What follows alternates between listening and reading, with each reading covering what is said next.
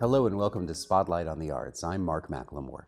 The history and the beauty of some of Tucson's oldest neighborhoods are a source of inspiration for a group of local artists. The Tucson Barrio Painters are an informal group who encourage each other to explore their creativity and to look at the city in a different way. I'm joined now by Denise Fenelon and Peter Farrow. Thank you so much for being here.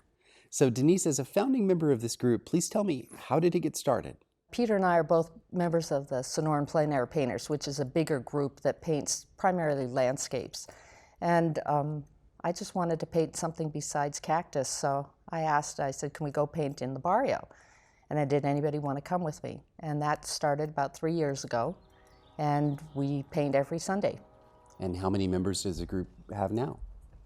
Over 25 serious people, but probably, I guess, core people, we have about 12 people that paint regularly.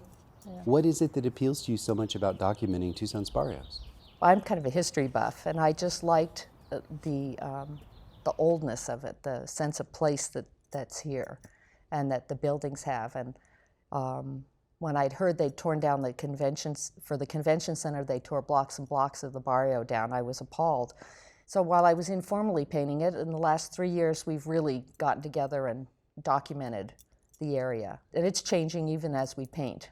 You come 1 week and the building's there, and the next week it's gone. So that's been kind of shocking to see the changes that are there.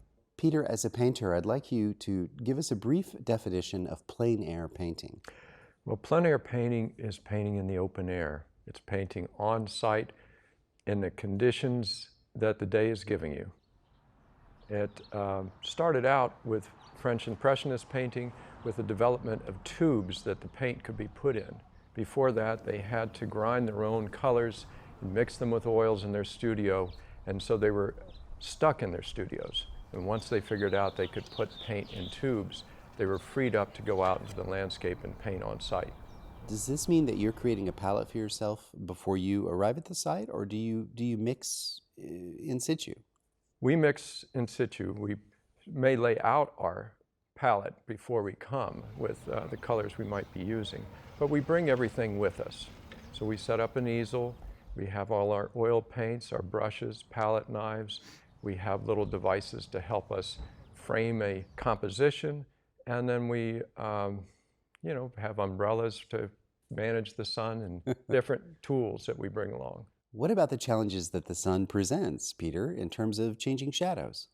You have to decide where you're going to paint the shadows and block them in very quickly so that then you can develop the painting at a static time frame.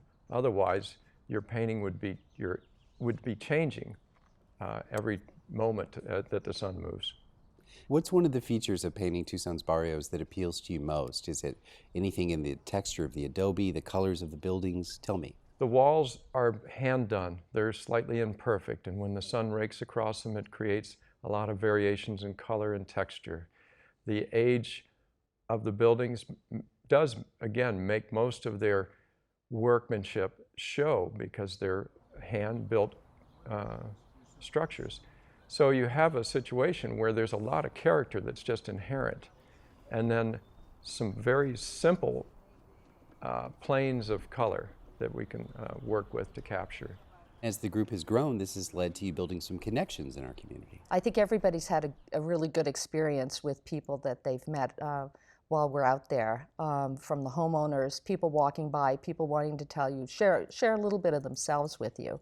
We've been invited into the homes. We were painting next to the art museum one day, and the lady came out and she says, "Oh, would you like to come in and see the house?" So when we were done painting, she invited us in to see the home, and it's the original home for Sam Hughes, which the Sam Hughes neighborhood was named for.